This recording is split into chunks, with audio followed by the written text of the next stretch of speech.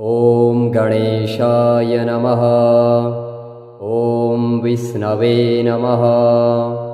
श्री समस्तपापनाशन विष्णुस्तोत्रम्। पुष्कर उवाच परदार परद्रव्य जीवहिंसादिके यदा प्रवर्तते नृणां चित्तं प्रायश्चित्तं स्तुतिस्तदा। विष्णवे विष्णवे नित्यं विष्णवे विष्णवे नमः। नमामि विष्णुं चित्तस्थमहङ्कारगतिं हरिं चित्तस्थमीशमव्यक्तमनन्तमपराजितं विष्णुमीड्यमशेषेण अनादिनिधनं विभुं। विष्णुश्चित्तगतो यन्मे विष्णुर्बुद्धिगतस्तयत् यच्चहङ्कारगो विष्णुर्यद्विष्णुर्मयि संस्थितः करोति कर्म भूतोऽसौ स्थावरस्य चरस्य च तत्पापन्नाशमायातु तस्मिन्नेव हि चिन्तिते। ध्यातो हरति यत् पापं स्वप्ने दृष्टस्तु भावनात् तमुपेन्द्रमहं विष्णुर्प्रणतार्तिहरं हरिं जगत्यस्मिन्निराधारे मज्यमाने तमस्यधः हस्तावलम्बनं विष्णुं प्रणमामि परात्परं।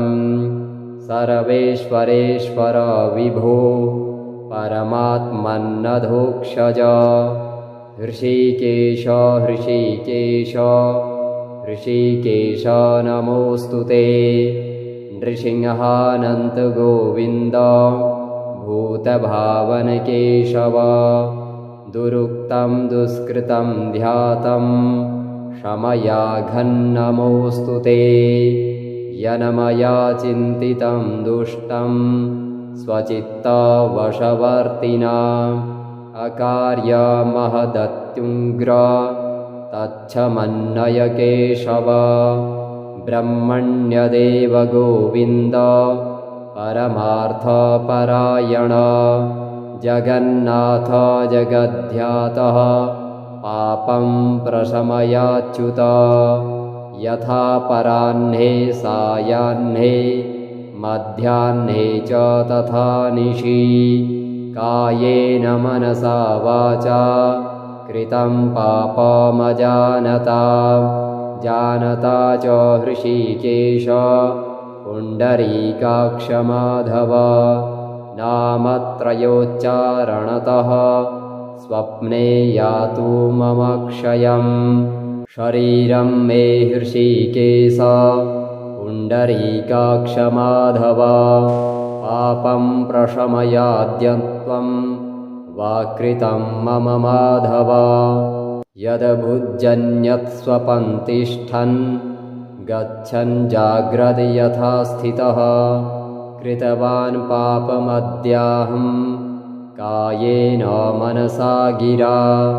यत् स्वल्पमपि यत् स्थूलं कुयोनिनरकावहं दद्यात्तु प्रशमं सर्व वासुदेवानुकीर्तनात्।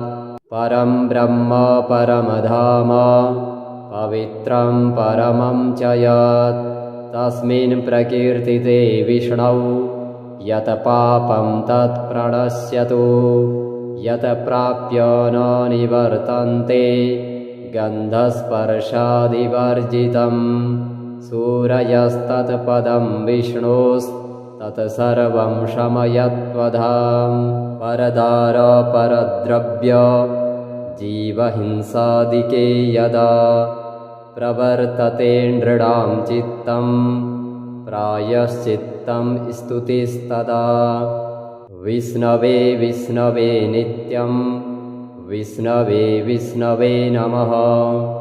नमामि विष्णुं चित्तस्थमहङ्कारगतिं हरिं चित्तस्थमीशमव्यक्तमनन्तमपराजितं मनन्तमपराजितं विष्णुमीड्यमशेषेण अनादिनिधनं विभुं विष्णुश्चित्तगतो यन्मे विष्णुर्बुद्धिगतस्तयत् यच्चहङ्कारगो विष्णुर्यद्विष्णुर्मयि संस्थितः करोति कर्मभूतोऽसौ स्थावरस्य चरस्य च तत्पापन्नाशमायातु तस्मिन्नेव हि चिन्तिते ध्यातो हरति यत् पापं स्वप्ने दृष्टस्तु भावनात् तमुपेन्द्रमहं विष्णुर्प्रणतार्तिहरं हरिं जगत्यस्मिन्निराधारे मज्जमाने तमस्यधः हस्तावलम्बनं विष्णुं प्रणमामि परात्परं सर्वेश्वरेश्वर विभो परमात्मन्नधोक्षज हृषीकेश हृषीकेश हृषीकेश नमोऽस्तु ते नृसिंहानन्त गोविन्द भूतभावनकेशव दुरुक्तं दुष्कृतं ध्यातं शमयाघन्नमोऽस्तु ते यन्मया चिन्तितं दुष्टं स्वचित्तवशवर्तिना अकार्यमहदत्युग्र तच्छमन्नय केशव ब्रह्मण्यदेव गोविन्द परमार्थपरायण जगन्नाथ जगद्ध्यातः पापं प्रशमयाच्युत यथा पराह्ने सायाह्ने मध्याह्ने च तथा निशि कायेन मनसा वाचा कृतं पापमजानता जानता च हृषीकेश पुण्डरीकाक्षमाधव नामत्रयोच्चारणतः स्वप्ने यातु मम क्षयं शरीरं मे हृषीकेश पुण्डरीकाक्षमाधव पापं प्रशमयाद्यत्वं वाकृतं मम माधव यद्भुजन्यत्स्वपन्तिष्ठन् गच्छन् जाग्रद् यथा स्थितः कृतवान् पापमद्याहं कायेन मनसा गिरा यत् स्वल्पमपि यत् स्थूलं कुयोनिनरकावहं दद्यात्तु प्रशमं सर्व वासुदेवानुकीर्तनात्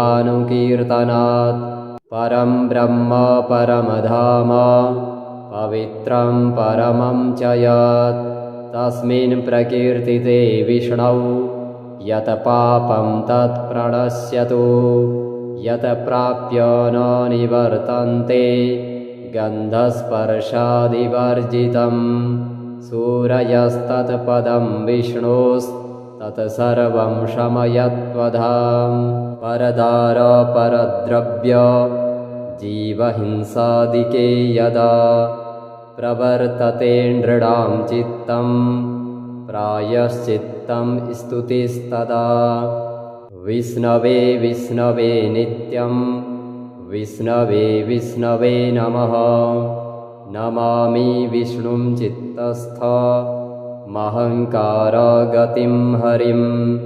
चित्तस्थमीशमव्यक्तमनन्तमपराजितं विष्णुमीड्यमशेषेण अनादिनिधनं विभुं विष्णुश्चित्तगतो यन्मे विष्णुर्बुद्धिगतस्तयत् यच्चहङ्कारगो विष्णुर्यद्विष्णुर्मयि संस्थितः करोति कर्मभूतोऽसौ स्थावरस्य चरस्य च तत्पापन्नाशमायातु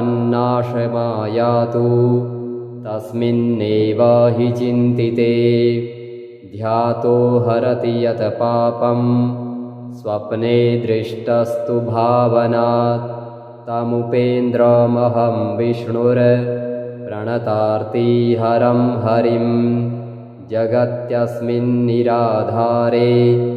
मज्जमाने तमस्यधः हस्तावलम्बनं विष्णुं प्रणमामि परात्परं सर्वेश्वरेश्वर विभो परमात्मन्नधोक्षज हृषीकेश हृषीकेश हृषीकेश नमोऽस्तु ते नृसिंहानन्तगोविन्द भूतभावनकेशव दुरुक्तं दुष्कृतं ध्यातं क्षमयाघन्नमोऽस्तु ते यन्मया चिन्तितं दुष्टं स्वचित्तवशवर्तिना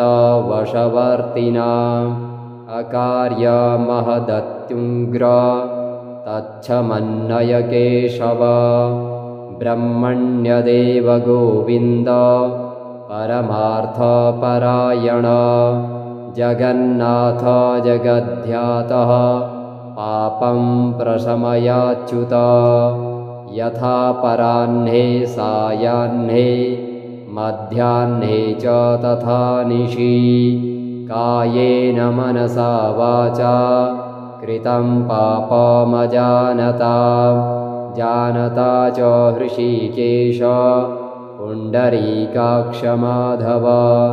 नामत्रयोच्चारणतः स्वप्ने यातु मम क्षयं शरीरं मे हृषीकेश पुण्डरीकाक्षमाधव पापं प्रशमयाद्यत्वं वाकृतं मम माधव यद्भुजन्यत्स्वपन्तिष्ठन् गच्छन् जाग्रति यथा स्थितः कृतवान् पापमद्याहं कायेन मनसा गिरा यत् स्वल्पमपि यत् स्थूलं कुयोनिनरकावहं दद्यात्तु प्रशमं सर्व वासुदेवानुकीर्तनात् परं ब्रह्म परमधाम पवित्रं परमं च यत् तस्मिन् प्रकीर्तिते विष्णौ यत् पापं तत् प्रणश्यतु यत् प्राप्य न निवर्तन्ते गन्धस्पर्शादिवर्जितं सूरयस्तत्पदं विष्णोस्तत् सर्वं शमयत्वधाम्